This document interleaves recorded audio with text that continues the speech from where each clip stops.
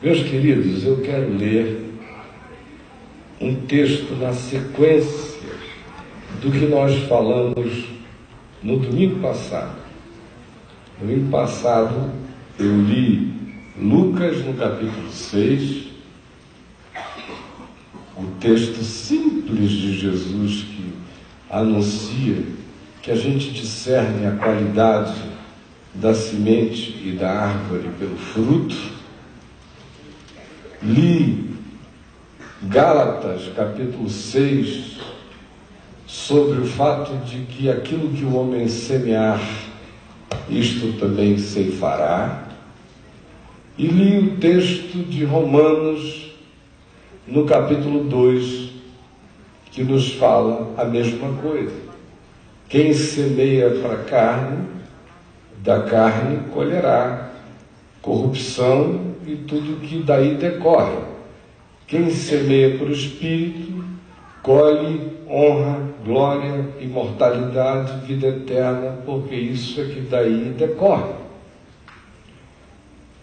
E nós falamos 1 hora a respeito desses princípios e de seus significados. Hoje eu quero continuar, só que lendo o texto de Mateus. Nós vamos ler no capítulo 12, do verso 33 ao verso 37. Mateus 12, 33 a 37.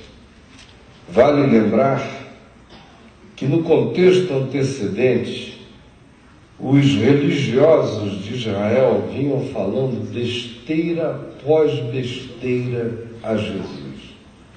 Jesus fazia algo, a interpretação era uma bobagem. Jesus curava alguém, o decreto deles, o mau humor deles para com a existência, os fazia abrir a boca em palavras, no mínimo, de criticismo, de questionamento. E aí Jesus cura um cego e mudo, e o homem ficou curado, passando o mudo a falar e o cego a ver. E aí os religiosos à volta não podiam sossegar ante o milagre de Deus que não estava sob o controle nem a gestão deles, mas era praticado pelo ente, pelo ser marginal em relação ao que eles chamavam de nosso grupo, nossa religião, nosso establishment. Aí vem Jesus por fora disso tudo, com gente que eles abominavam, com criaturas às quais eles destinavam ao inferno, acompanhando-se de pessoas que ele achavam que tornavam até a poeira imunda, só pelo rastejarem por aquele chão. E é Jesus quem esbanja amor, graça, cura, libertação, milagre, bondade, acolhimento, suscita existências novas em criaturas absolutamente falidas e arrebentadas.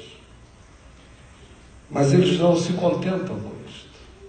Aí começam a ofendê-lo e a dizer: ele está fazendo essas coisas, esses milagres, é pelo poder do maioral dos demônios, é pelo poder de Belzebu, isso é poder de Satanás operando nele.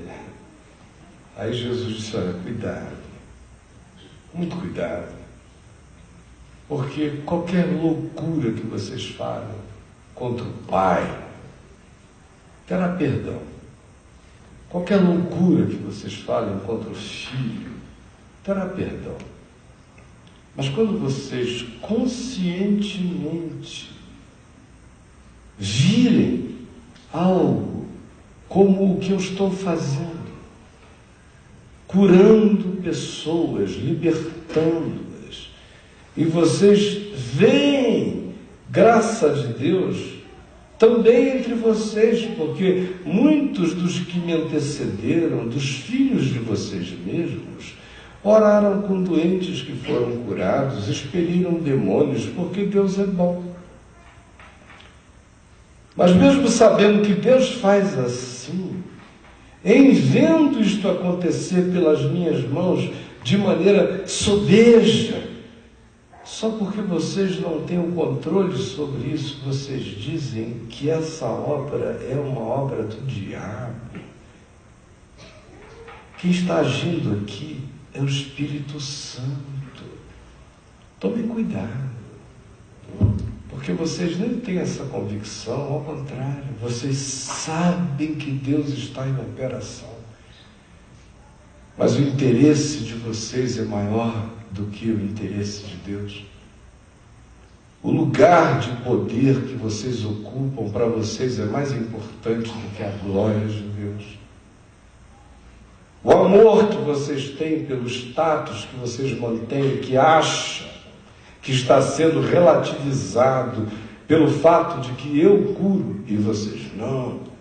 Mesmo sabendo que o que está acontecendo aqui é graça divina, vocês estão falando o que estão falando por causa de ódio, de raiva, de inveja. É uma determinação, é uma deliberação de vocês. Cuidado. Vocês estão chamando o Espírito Santo de Beelzebu numa decisão consciente, deliberada. Tem a ver com chamar Deus de diabo para a gente virar diabo com cara de Deus para os outros. Essa é uma diabolice imperdoável. Esse é o contexto do texto que nós vamos ler agora. E que diz assim,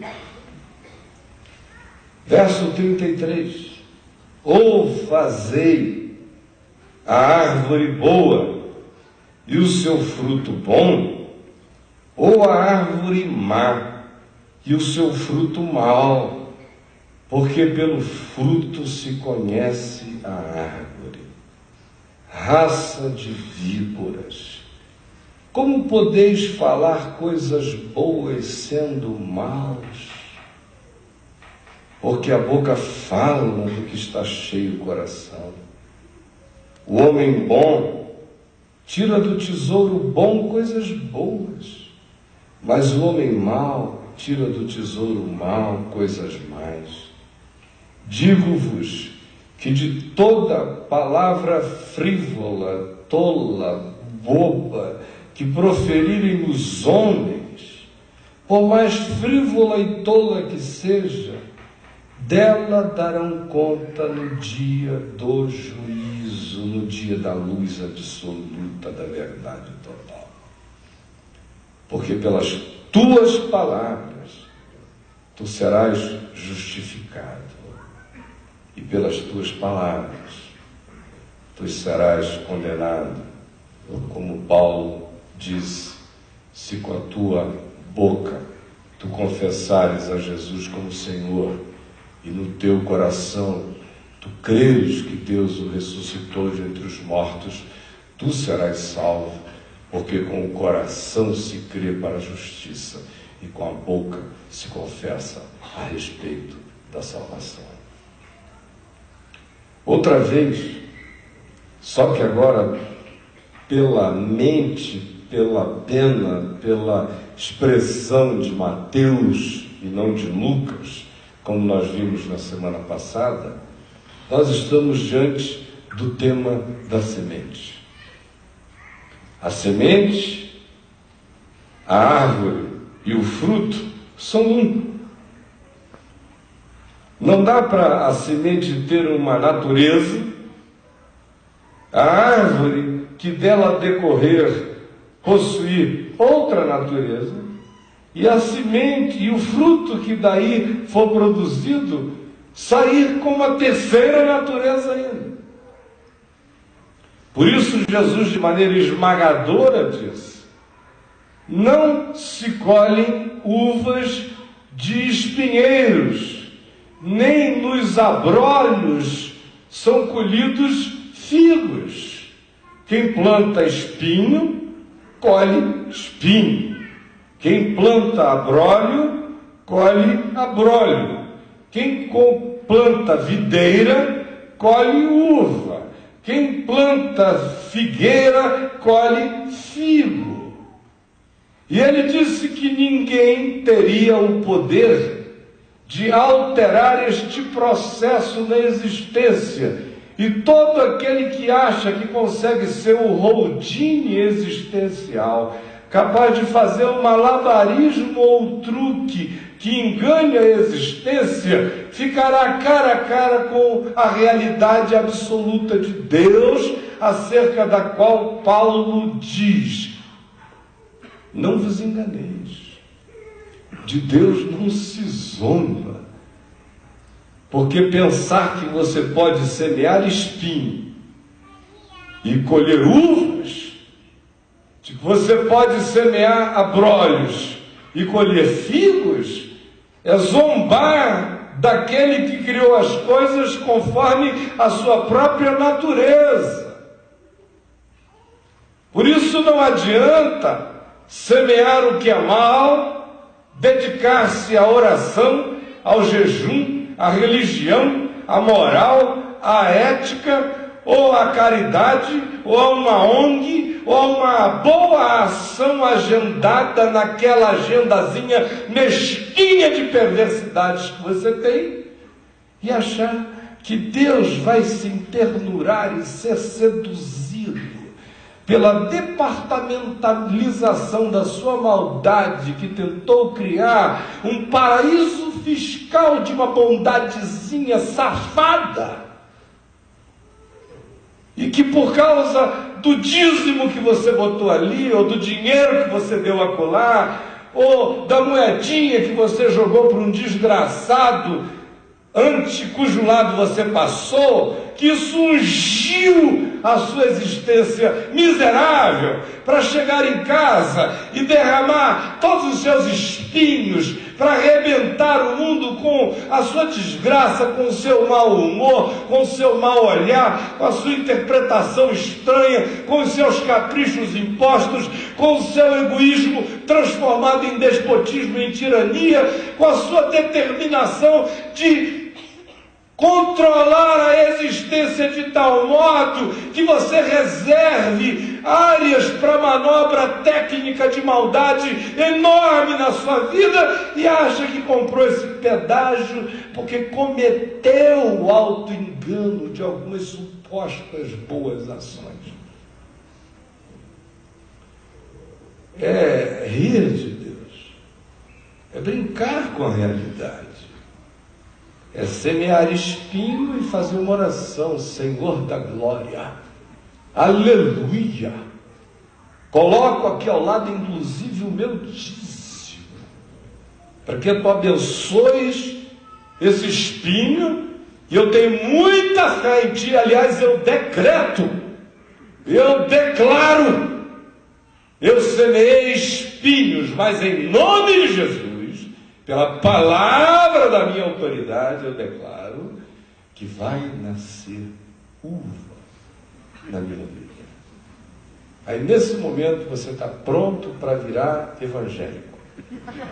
Nesse momento você está pronto para virar crente, para virar cristão bem pentecostal de preferência. Está pronto. Até para ser pastor, bispo, apóstolo, o que você quiser. Passou no concurso, aprendeu a macumba. Só que Jesus não tem nada a ver com isso. Teu companheiro é o diabo. E você é apóstolo dele. E vai em frente porque o caminho é certo. E eu não preciso dizer onde vai dar. Agora, com Jesus é diferente. Ele vem e diz: conforme a árvore será o fruto. Se o fruto for bom, é porque a árvore é boa.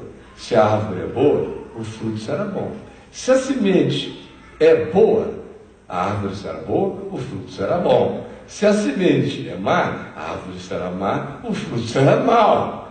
E não há ninguém que possa brincar com isto. Não apareceu de Adão até o dia de hoje um único humano capaz de semear espinhos e colher uvas. Apareça este ente.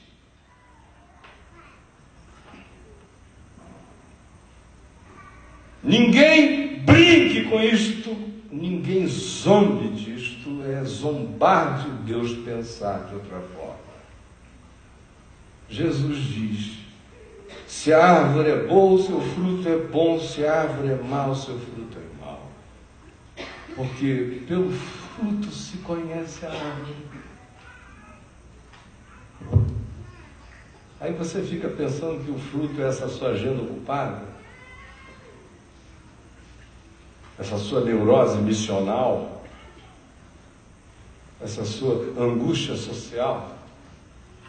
Isso é o fruto. Eu não faço nada, mas pelo menos eu tenho uma preocupação danada com as crianças. Eu não faço absolutamente nada, mas eu sou bem informado. Muito bem informado, eu sinto uma angústia.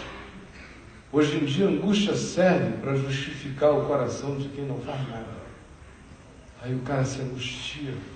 E se ele sentar numa roda assim com os amigos, com muita comida, muita cerveja, e ele for um cara preocupado, informado, eles vão conversar, se os amigos também forem, a tarde inteira sobre o problema social, vão pensar soluções para o país e para o mundo, vão dedicar-se às elucubrações salvadoras, e depois todo mundo volta para a mesma existência absolutamente cinza e alienada. Mas dá uma sensação de que se importaram com alguma coisa. Aí tem gente que pensa que para dar um fruto grande, o cara tem que virar o Lula do Brasil, vir em Pau de Arara do Nordeste, fazer uma volta pelo ABC, ser ungido pelo inconsciente coletivo, tornar-se presidente do Brasil, amigo do Barack Obama. Deve estar dando muito fruto. Não sei. Pode não estar dando nenhum. Porque Deus não conhece o presidente do Brasil. Deus só conhece um garotinho que nasceu no Nordeste, que se tiver melhorado de quando saiu no Pau de Arara até hoje, que voa no #1 Aviation do Brasil, se tiver melhorado do Pau de Arara ao avião presidencial, ele está dando fruto. Se tiver piorado, ele está em desgraça, ainda que seja dono do mundo. Com isso eu estou dizendo que o fruto é de outra natureza. Os únicos frutos que Deus conhece são aqueles que decorrem de amor, alegria, paz, bondade, benignidade, mansidão, domínio próprio. E aqueles subgrupos que daí decorrem, esses são os frutos bons. Se a árvore, que também é idêntica à semente, que portanto será idêntica ao fruto, se esses três que são um forem bons, o resultado da existência aos olhos daquele que vê o que o olhar humano algum percebe. Quem está falando de fruto bom aqui é Deus. É Ele que quer ceifar e colher em mim os frutos que lhe agradem. É Ele que diz o que é bom e o que é mal. O conceito de bem e de mal decorrem dele e de nenhum acordo social. É Ele que vem e diz que o que ele chama de fruto bom é o que procede da semente do amor e de qualquer coisa que daí derive.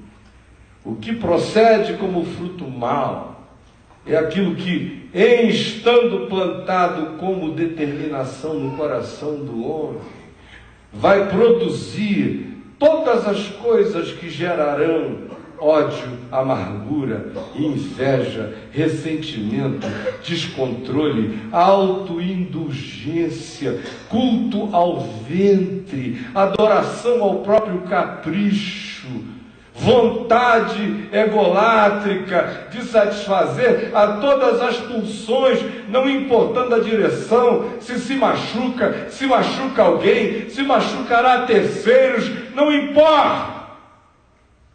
E você pode fazer isso da maneira mais mirabolante ou até politicamente correta. De Deus não se zomba. Você está semeando espinho, pintado, doirado, confeitado, do jeito que você queira encobri-lo, mas a natureza dele é flagrante diante de Deus e o fruto dele não mentirá na sua vida. Será conforme o que você botou.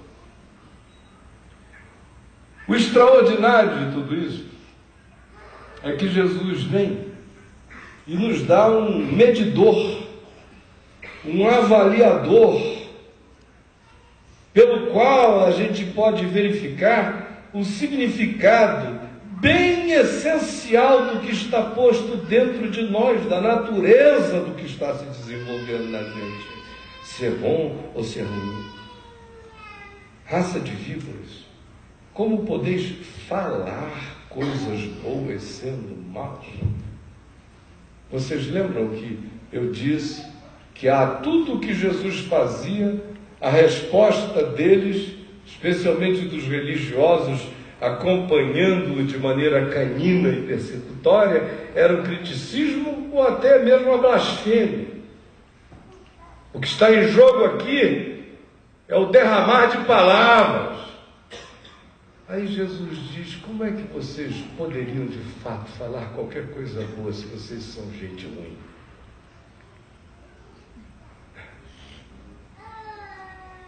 Como é que vocês realmente podem falar qualquer coisa boa se vocês são gente ruim? Gente boa fala coisas boas. Gente ruim fala coisas ruins. É simples assim. Porque a boca fala do que está cheio o coração. Aí Jesus vem e diz: o homem bom, se o coração é bom, o olhar é bom. O homem bom, do bom tesouro, tira coisas boas. Gente boa gosta de gente boa, procura coisas boas, escolhe coisas boas, prefere coisas boas, facilita coisas boas, trabalha por coisas boas, reconcilia as pessoas, é um facilitador da vida. O homem bom tira do bom tesouro coisas boas. O homem mau pode ter um tesouro de bondades, de misericórdias, de perdões a oferecer, de facilitações a dar, de coração limpo, sem inveja, de alegria genuína pela felicidade do outro. Pode ter todas essas alternativas, mas ele não consegue. Ele é incapaz. Depõe contra ele, depõe contra a macheza dele, depõe contra até a dignidade dele. Isso é uma bondade que vai depor contra a minha dignidade.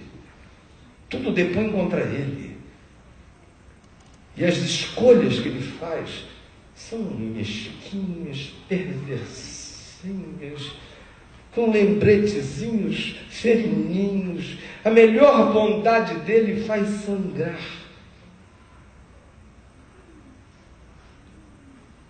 É porque ele é mau. O que a gente precisa se dar conta na existência é que existe gente boa e existe gente má. Todo indivíduo, gente boa, pode se corromper e se tornar mau. Pela misericórdia de Deus, todo homem mau pode também se converter.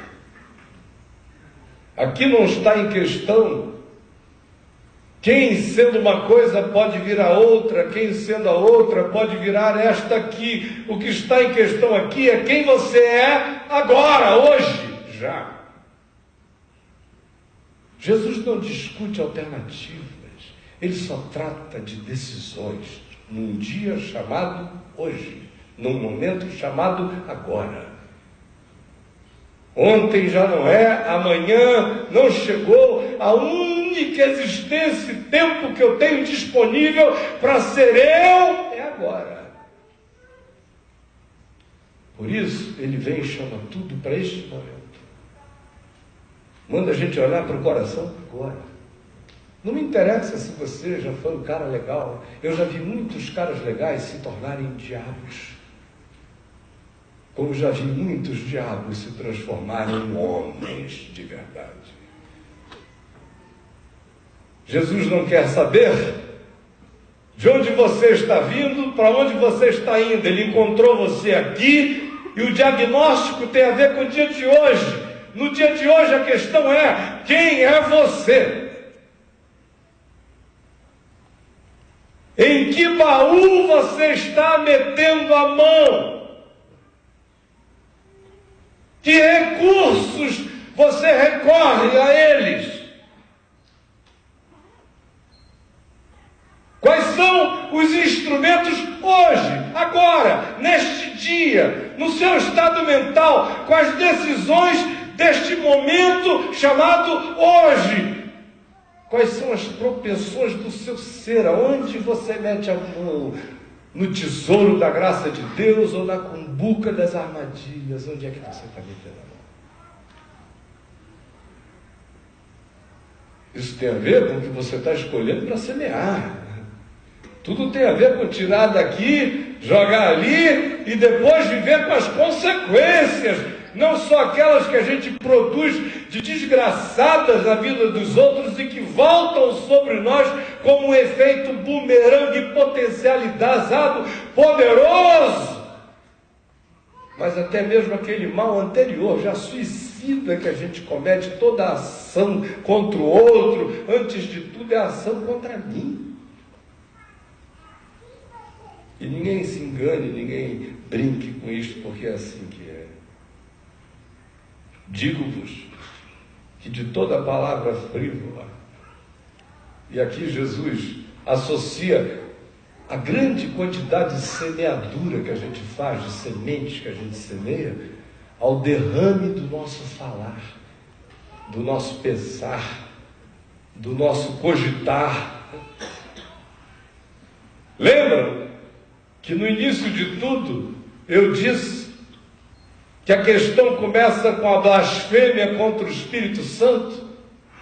Ele parte daquela gravidade enorme acerca da qual ele vinha tratando, só que agora ele larga o tema maior, ele faz a viagem para a boca de cada um de nós. Ele começa discutindo a boca dos fariseus, dos saduceus, dos teólogos blasfemos, falando aquelas maluquices todas, e termina na minha boca. Começou na boca de alguns, mas terminou a conversa na boca de todo mundo. De modo que não há ninguém aqui que diga: não é comigo. Porque a advertência é esta: digo-vos, digo a todos vós, digo a quem quiser ouvir, digo-vos, que de toda palavra frívola, para quem não sabe o que é frívolo, é tolo, é banal, é bobo, frívolo, que proferirem os homens, dela darão conta no dia do juízo. Se eu darei conta de palavras frívolas, como não daria conta de blasfêmias deliberadas contra o Espírito de Deus? Mas as blasfêmias deliberadas contra o Espírito de Deus, graças a Deus, ficam quase que no plano da impossibilidade humana, porque um coração tem que se endiabrar de maneira completamente lúcida, determinada e escolhida, para que alguém consiga de fato pecar contra o Espírito Santo, e graças a Deus por essa dificuldade praticamente impossível. A menos que você queira se endiabrar de verdade. Agora, palavras frívolas, essas acontecem sobejamente na boca de todos nós. A frivolidade, a bobagem. E como a gente semeia com palavras. Eu me lembro, na década de 70, quando eu comecei a pregar o Evangelho, as discussões no campus universitário, na área de comportamento humano, tinha a ver com o fato de que as escolas de pedagogia da época, todas elas extremamente afrancesadas na sua interpretação da vida, postulavam aquela nova relação de pais com filhos, onde a prevalência da democracia familiar estava estabelecida e a criança acabava virando, era uma criançocracia que estava estabelecida, era o reino da criança. Aí foi aquele tempo do besterol absoluto nas pedagogias relacionais em casa. Você quer, meu amor? Todo mundo criando um monte de idiota, um bando de idiotia, está todo mundo hoje aí surtado. Esses garotinhos da década de 70. Hoje eles estão nas clínicas psicológicas e para tudo que é lado. Foram tão adulados por pai, por mãe, pensaram que a vida ia dar esse mole. Aí é todo mundo deprimido, panicado, sem energia para nada, sem tutano, sem backbone, sem coisa nenhuma, sem rumo, sem mente, sem traços de resistência humana. Pois bem, naquele tempo, a questão era essa, nos campos onde eu ia falar, e sempre tinha alguém acusando a Bíblia. Algum cara dizendo, pelo livro de Provérbios, a recomendação era a vara. Que coisa mais primitiva, pegava vara e bater no menino. E eu fazia questão de dizer, lá em casa eu meto a vara.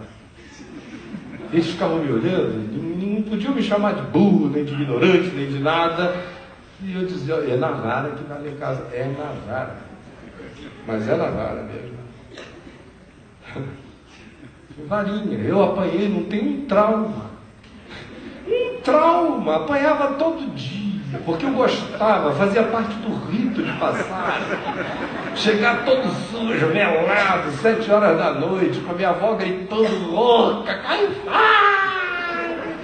Aí eu sabia que eu ia entrar no cacete, mas não tinha problema, aquela vara de goiabeira, eu tinha brincado, ceroto, um colar de ceroto no pescoço, a glória de um rei moleque, vale a pena apanhar, chegar ali, ó, e feliz. Não, sem história nenhuma.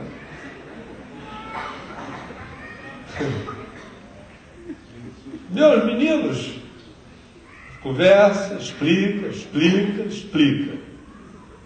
Entendeu a explicação? Entendeu. Então obedeça a explicação. Não obedeceu a explicação, desculpem os politicamente corretos. Vara. E vai ficando tão real, eles sabem quem manda e manda com amor, sem brincadeira, que chegava uma hora eu olhava para eles. Quase não tive que meter a vara porque meti toda vez que tinha que meter. Aí você fica sem precisar meter. Porque você já olha e o indivíduo já sabe o significado. Não é lei não, tá bom. Eu me lembro do meu filho mais velho, já com 21 anos de idade, um dia na Flórida, ele fez uma coisa que eu não gostei, e quando eu cheguei, eu olhei para ele e eu olhei. Quando eu olhei, ele tremeu todinho, assim, como ele fazia quando era menino. Eu falei, graças a Deus, a memória está dentro dele. Graças a Deus. Nem trauma nenhum. Vai perguntar se ele tem algum trauma a meu respeito. Eu sou o cara mais íntimo que ele queira ter.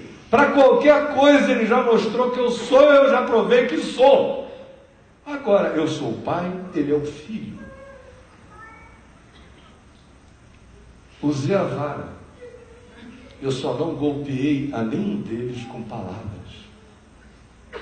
As pessoas ficam brincando de não usar a vara e não ter o menor pudor com a palavra. A vara vira parte do folclore. Agora as palavras não. Palavras viram parte da alma. Palavras abrem vergões no coração.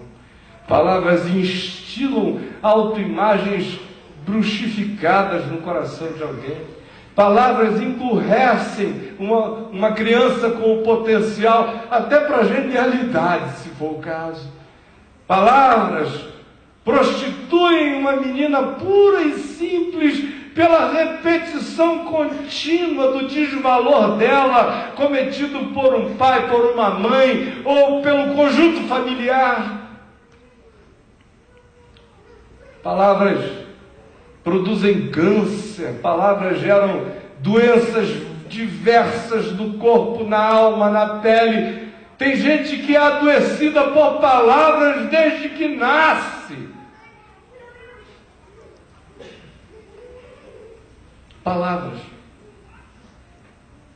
Palavras ditas escondidas em brincadeiras. Tem gente que acha que brincadeira é aquele lugar onde todas as perversidades acumuladas, se transformadas em comédia ou em graça, podem ser ditas sem que elas ganhem o significado reverberante que elas terão.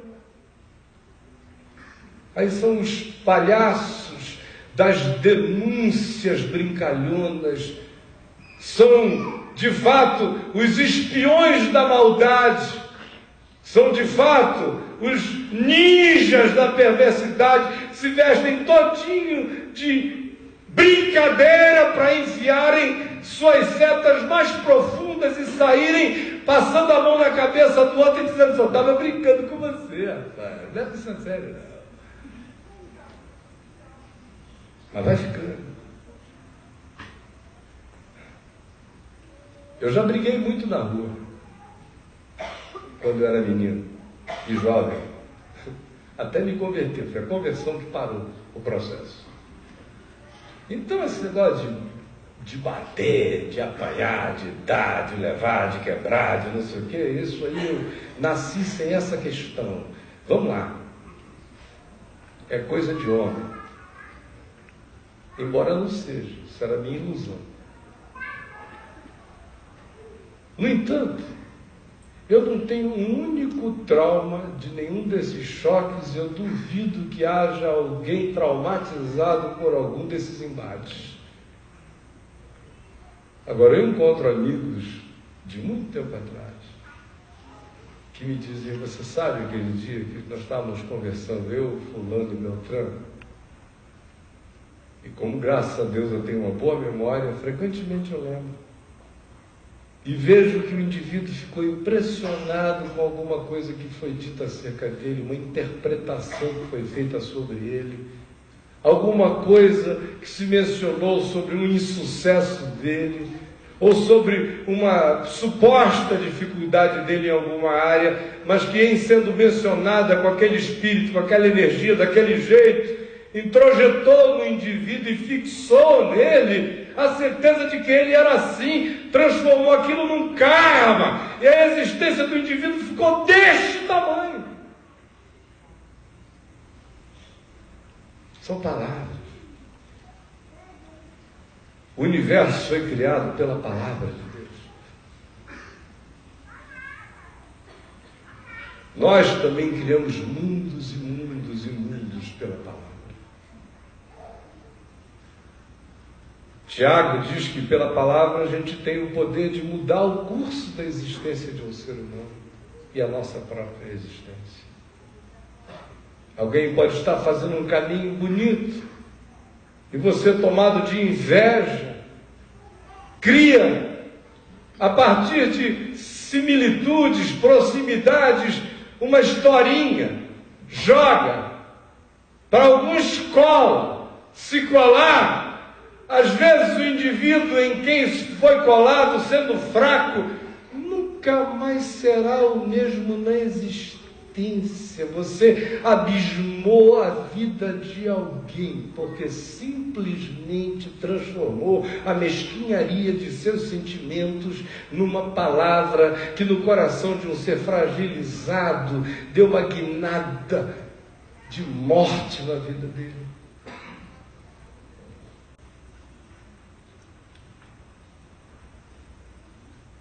A grande questão é que Jesus disse que isso acontece a partir da frivolidade. A frivolidade é achar que a gente pode brincar de criar ou de descriar, de fabricar ou de pintar ou de fantasiar alguém. O que a gente diz não carrega um poder mágico, carrega um poder muito mais do que mágico, carrega poder espiritual. Carrega poder de mudar sistemas neurais, de gerar uma fixação, uma paranoia, uma ideia fixa, um pensamento único, uma autointerpretação destrutiva, uma autoimagem desgraçada. Vira uma espada. Tanto quanto pode ser medicina. O livro de Provérbios diz que boas palavras curam. Se amanhecer e viver ao lado de alguém que só faz esse derrame de maldades e perversidades e criticismo e energia ruim e avaliações do que você fez e nada está bom, e nada satisfaz, todo mundo está em falta, a vida deve a ele cobra, é um olhar esquisito, é uma semeadura de porco espinho o dia inteiro. Em contrapartida, a vida, ao lado de alguém que pondera, que pensa, que olha, que tenta não interpretar, que é cauteloso no julgar, no dizer, que é tardio no falar, que é pronto para ouvir, que ora, que pensa, que responde, que observa o outro, que avalia qual é o significado do que possa acontecer nele. Se eu disser isso, vai ajudá-lo ou vai quebrá-lo? E qual é a minha motivação? Eu preciso semear alguma coisa aqui ou é a hora do silêncio? Será que a minha semeadura não será o meu silêncio hoje? O meu abraço agora? Palavras nos foram dadas como um poder divino. Pela palavra Deus criou o universo.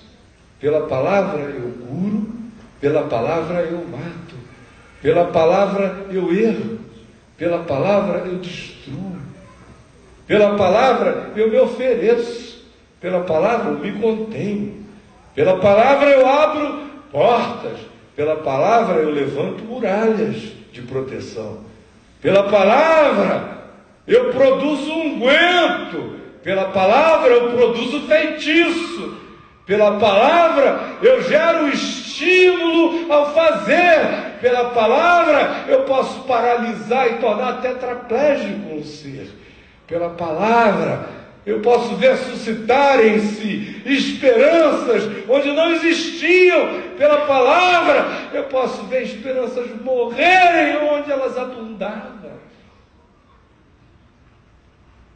Por isso eu vos declaro que de toda palavra frívola que os homens falarem, delas darão conta no dia do juízo, porque a boca fala do que está cheio o coração.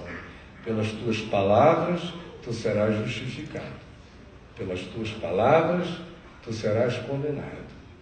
As tuas palavras declaram de maneira muito explícita a tua própria natureza, quem tu és. Por isso Paulo diz: falai entre vós com salmos, hinos, cânticos espirituais, falem coisas que edifiquem, tudo que for bom, todo bom pensamento, toda boa palavra, tudo que tiver louvor, tudo que tiver dignidade, tudo que construir, seja isso que ocupe o vosso pensamento e as vossas palavras. Por outro lado, diz ele, aquilo que é gritaria, palavra torpe, energia perversa, hostilidade, isso nem se nomeie entre vós, porque são sementes que em crescendo podem produzir fruto bom ou podem produzir fruto mau. Eu quero concluir dizendo apenas uma coisa pessoal. Deus me fez com capacidade de falar. embora eu tenha também nascido gago. Até aos 18 anos de idade, eu fui bem gago. Eu comecei a pregar gaguejando. E Deus me deu a graça de entender a minha gagueira, e eu não fiquei curado dela, mas eu consegui me tornar senhor dela. E ela me serve, embora ela nunca tenha me abandonado. Os circuitos neurais defeituosos que a implantaram em mim foram apenas driblados pelo meu cérebro, mas eu fiz um trabalho longo de identificação dela. No entanto, eu sei que Ele me fez com facilidade de falar, eu não preciso pensar. Palavras me buscam, me procuram, eu não as procuro, elas me perseguem desde que eu sou menino. No entanto,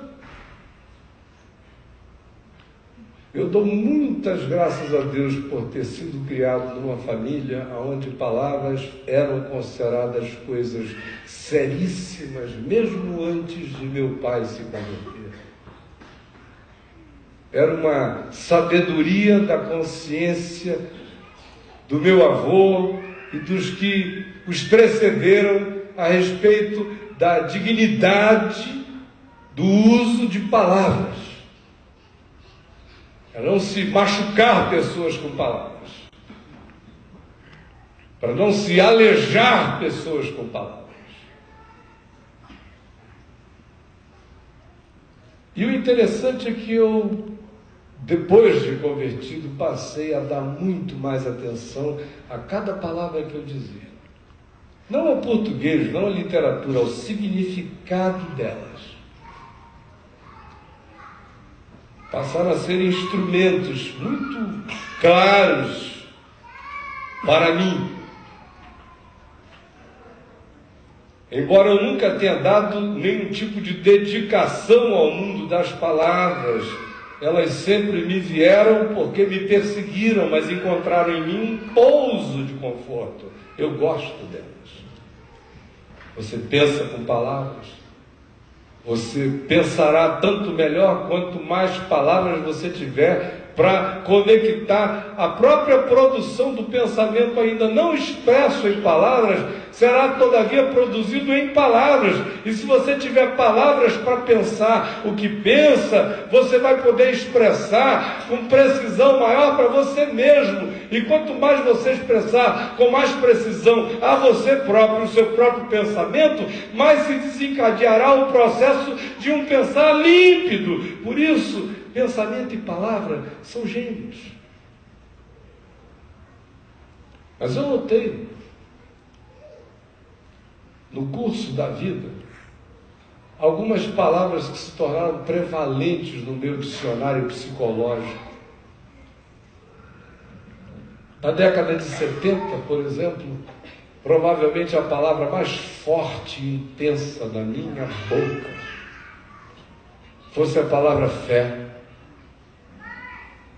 Na década de 80, a palavra mais forte na minha boca, com certeza, foi a palavra alma. Podem ouvir o que eu falei, tem muita alma. Mas na década de 90, a palavra prevalente no meu vocabulário foi loucura. Loucura. A década de 70 foi uma década de fé. A década de 80 foi uma década de alma. A década de 90 foi uma década de loucura. Porque a boca fala do que está cheio o coração. Eu iniciei o ano 2000 e essa década, primeira do século XXI, com uma palavra que depois eu identifiquei como estando excessivamente presente no meu dicionário psicológico. Era a palavra visceral. Tudo estava muito visceral. E não foi à toa que eu conheci a Adriana com situações viscerais, com diverticulite, ficando aguda. E não foi à toa que essa década inteira foi uma década muito diverticulosa e também muito visceral.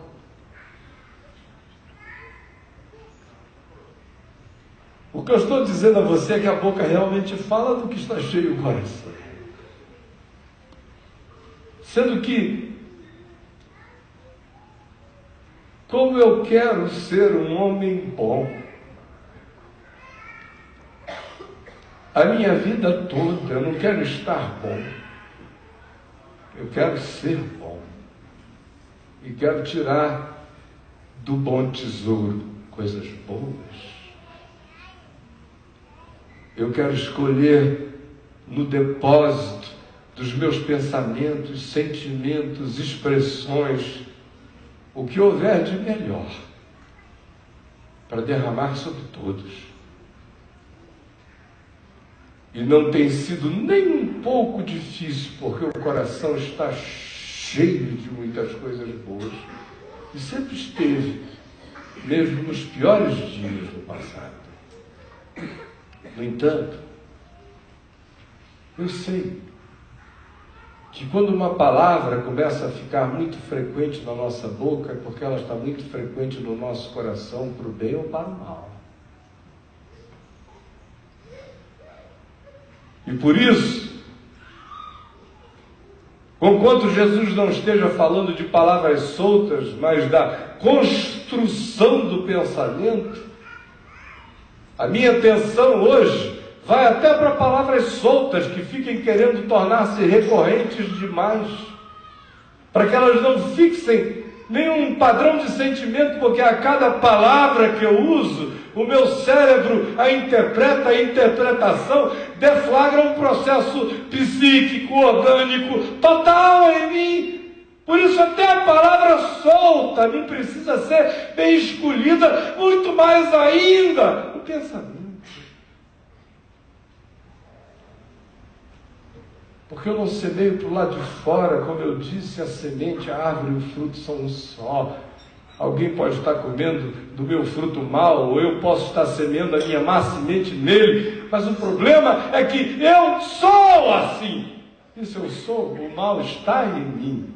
Por isso, eu é que preciso de cura hoje. E Jesus disse, a melhor maneira de você avaliar o seu estado é ver como andam os seus processos mentais. Porque é pelos seus pensamentos que tu falarás, porque a boca fala do que o coração está cheio. Conforme estiverem os seus pensamentos, assim serão as construções do seu falar, do seu dizer, do seu interpretar, do seu semear. E tome cuidado, porque frivolidade mata. Tome cuidado, porque frivolidade evoca juízo também. Portanto, abra a boca para semear o que for vida e feche a boca quando tratar-se de semear o que pode ser mal, não só para os outros. Nem engula essa maldade. Cuspa para fora do seu ser e determine hoje, dizendo, se você já andou o caminho de um homem bom, até que a sua rota se desviou e você começou a sacar do tesouro mal coisas más, hoje pode ser dia de conversão. Se você só vem sacando do tesouro mal e semeando coisas más a vida inteira, e hoje o Espírito Santo convenceu você da luz da verdade, deixe que a graça de Deus mude a sua natureza. Ela é mutável, ela é conversível, ela é transformável, se você desejar. Agora saia daqui disposto a mudar o pensar, a mudar o falar, a mudar o semear da boca. E saiba, mesmo que você se converta hoje, há muita coisa que você semeou para trás que você ainda vai colher muito tempo.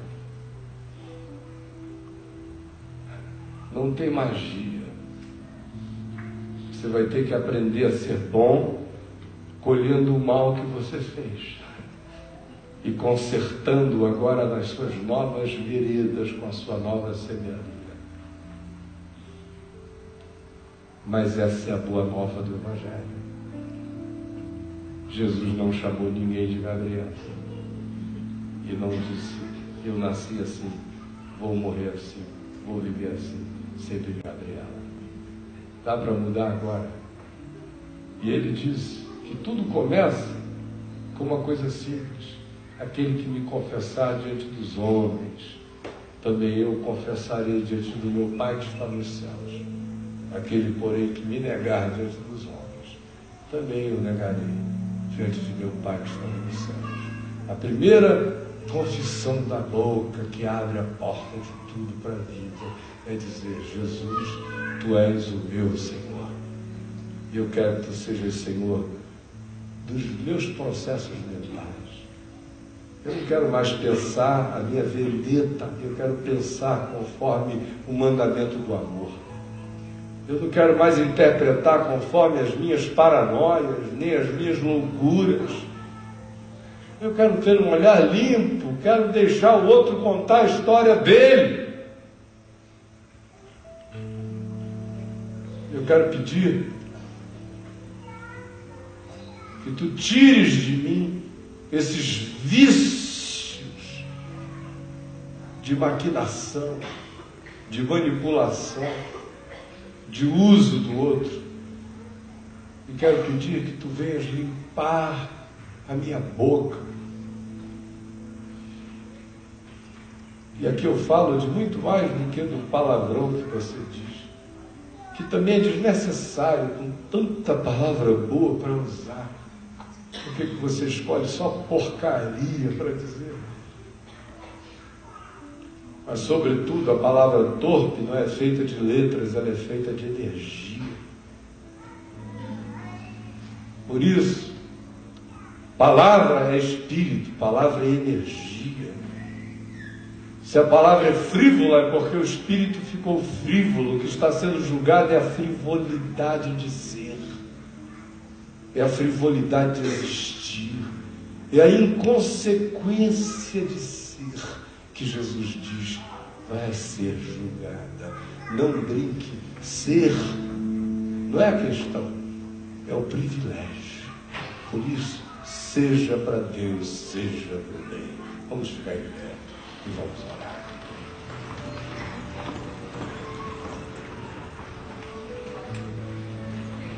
Pegue na mão de quem está aí ao seu lado.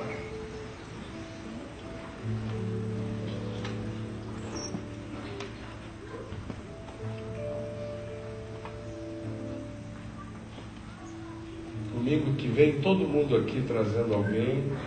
Quarta-feira, todos os que puderem ir até a tenda do caminho, entrando a pé. Todo mundo no site, na VNGTV, no Papo de Graça, nos programas ao vivo, nos documentários, nos textos que estão lá no site, aos milhares para lhe fazer bem. Não deixe de ir todos os dias, tá bom? E eu estou aproveitando esses dias assim para dar uma semi-relaxada, né? Porque não dá. A gente tem o dia inteiro muita coisa para fazer, as programações da televisão estão todas em cima e tem tudo acontecendo. Mas nós estamos também com alguns filhos aqui, então até quarta, quinta-feira a gente vai ter alguns privilégios especiais que não fazem parte do nosso cotidiano, né? E nós estamos muito gratos a Deus por isso. Quero que Deus abençoe você, que você fique liberto das palavras perversas que criaram mundos de horrores em você. Amém. Esqueça a palavra perversa do seu pai, da sua mãe, do seu avô, da sua avó, daquele marido diabólico que passou pela sua vida, daquela mulher completamente ferina que detratou você, nunca mais você foi o mesmo. De lá para cá você fica querendo provar que é alguém. Pare com isso. Em nome de Jesus, que todas as flechas envenenadas de palavras, todas as sementes do inferno plantadas em você por outros ou pelos seus processos mentais perversos. Que tudo aquilo que, grande ou pequeno, foi semeado em você para o mal, seja arrancado, que os seus olhos se abram, que você enxergue, que você abra o peito e diga: Jesus, tire, e você mesmo ajude, meta a mão e arranque, arranque, arranque. Tudo que você vir, que não é semente de Deus, jogue fora. E que o Senhor nos abençoe e nos guarde. Que o Senhor faça resplandecer o seu rosto sobre nós e tenha misericórdia de nós. Que o Senhor sobre nós levante o seu rosto e nos dê paz e nos encha do Espírito Santo e semeie em nós a palavra da vida. E a partir de nós a semente da vida, aonde quer que Deus nos plante. Em nome de Jesus.